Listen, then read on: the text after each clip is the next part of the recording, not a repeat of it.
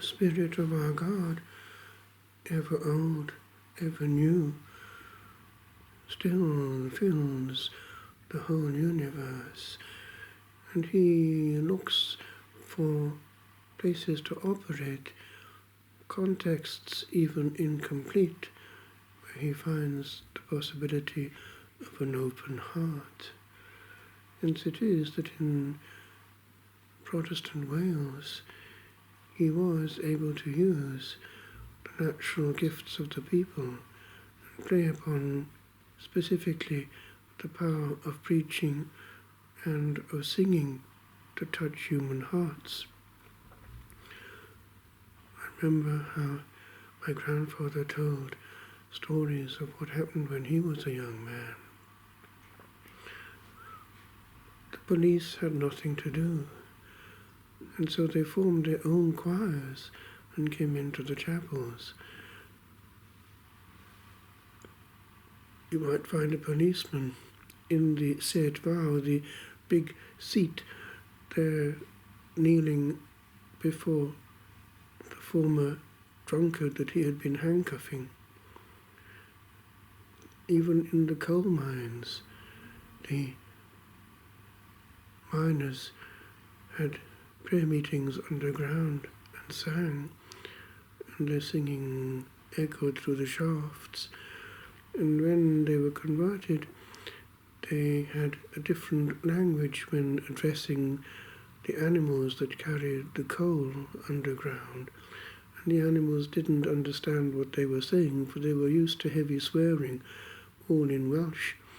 So they had to get new animals, and they obeyed the orders, which were clear, even without swearing. Conscience money would come back to stores, and there was no crime.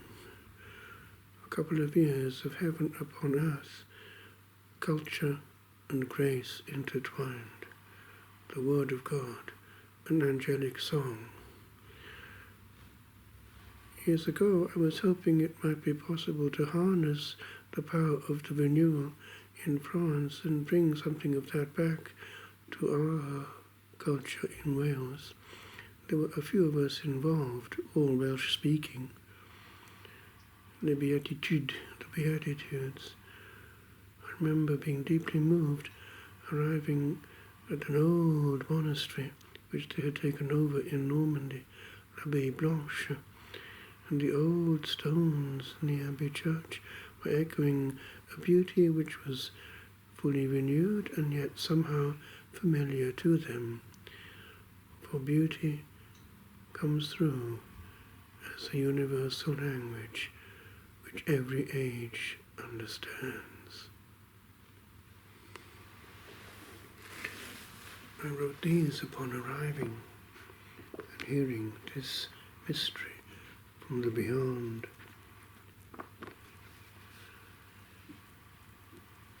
A newness in antiquity so old that it held ancient beauty, mellowed o'er the years that bade it fade.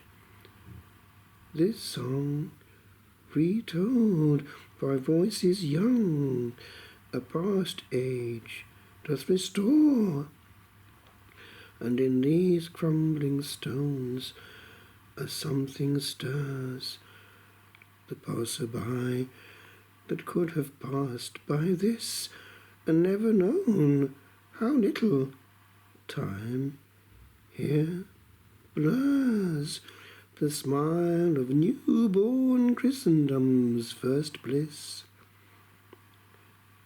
Almighty dove of yore, what here begins, that thou draw forth such fairness from mere men?